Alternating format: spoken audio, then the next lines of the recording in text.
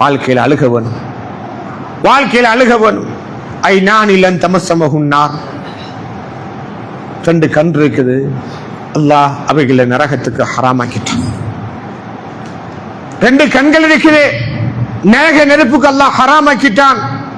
ஐனன் அல்லத் an மஹாரிமில்லா, ஒரு கண் இருக்குது, அல்லாஹுடைய பயத்தால அச்சத்தால பாவத்துடைய உணர்வு வருகிறது, அல்லது செஞ்சிட்டாங்க நினைச்சு அழுகிறாங்க, அல்லது சந்தர்ப்ப சூழ்நிலைகள் வருகிறது, இந்த நிலைமையில மௌத் வரப்படாது அதை நினைச்சு அழுகிறாங்க, பயம் வருகிறது.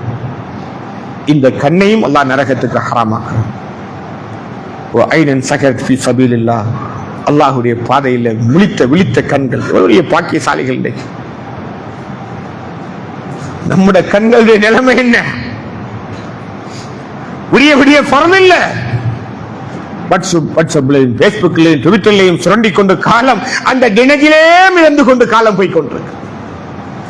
ஒரு வகையான போதை ரெக்ஸ் என்றது போனுடைய வடிவத்தை மாறிக்கொண்டு அடிமையாகி கொண்டு போறாங்க ஒரு சமுதாயம். இளம் சமூகத்திலே எதிர்காலம் என்னமோ அல்லாஹுவால. ஆக அன்புக்குரிய சகோதரர்களே, நம்ம எதை பார்த்து கண்ணீர் வடிக்கும்? நாடகத்தை பார்த்துட்டு முன்னுக்கு பார்த்து கண்ணீர் வடிக்கும் சமுதாயத்தை பார்க்கணும், படங்களை பார்த்து கண்ணீர் வடிக்கும் சமுதாயத்தை பார்க்கணும். அல்லாஹுக்கு முன்னால் அழுத கண்ணீர் கொஞ்சம் மூட்டி பாருங்களேன், வாழ்க்கையில கொஞ்சம் மூட்டி பாருங்களேன். எப்பயாவது சந்தர்ப்பம் இருக்குதா? அப்படி ஒரு சந்தர்ப்பம் இருந்த அந்த மண்டல நீங்க பாக்கியசாலிகள். உங்களுக்கு ஏதாவது ஒரு கஷ்டமான நிலைமை வரக்குள்ள அந்த நிலைமையை வச்சு அல்லாஹ் இடத்துல மன்றாடுங்க. அந்த ஒரு சந்தர்ப்பம் மன்றாடி பாருங்க. அது யூசுப் அலைஹிஸ்ஸலாம் பாவம் வேண்டாம் என்பதற்காக வேண்டி இல்லென்ற விட்டோ அவரோட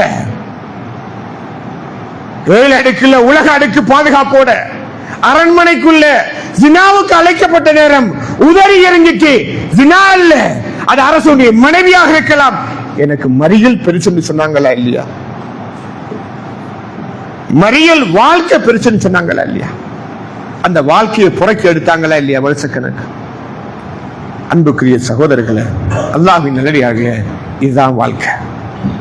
அருமை சஹாபாக்கள் நபி ஸல்லல்லாஹு அலைஹி வஸல்லம் பேசக்குள்ள இப்படித்தான் உள்வாங்கினாங்க.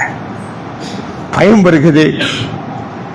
வருகிறது, நடுக்கம் உண்டாகுது. அந்த நடுக்கம் என்றது வயசு கோளாறு அல்ல, நான் சொன்னேன், அல்லாஹ்வுடைய பயத்தால் ஏற்படுற நடுக்கம் நான் சொன்னேன். மாலையாக கண்ணீர் வருகிறது, அவங்களால பேசிக்கொள்ள. அல்லாஹ்வுடைய இறைவசனம் ஓதுறாங்க, சுபஹு வரைக்கும் ஒரே ஆயத், அதுக்கு மேல 2வது ஆயத்து மொழியில்லாத நிலைமை. அந்த வாழ்க்கை யோசிங்க. ஹலத் இப்னு அப்பாஸ் ரலியல்லாஹு அன்ஹு, ஹலத் உமருடைய வஃபாத்துக்கு பின்னால சரியான ஆசை. ஹலத் உமர் எப்படி இருக்கிறாங்களோ நான் கனவாவது காண ஆசைப்படுறான். இப்னு அப்பாஸ் சொல்றாங்க, ஒரு வருஷம் கழியுது. ஹலத் உமர் பிரமாண்டமான ஒரு பாலைவனம் வச்சுக்கொண்டு வழங்குறதுக்கு அடிச்சோடு ஓடி வாராங்க, வியர்வையில ஓடி வாராங்க. அல்லான் ஃபரகத்து மின் ஹிசாபி, இப்பதான் என்னுடைய விசாரணையே முடிஞ்சது. லௌலா அன்னி வஜத்து ரப்பன் கஃபூரன் லஹலக உமர், என்ற ரப்பு மட்டும் ரஹ்மானும் ரஹீமாக இல்லண்டா இந்த உமர் முடிஞ்சது.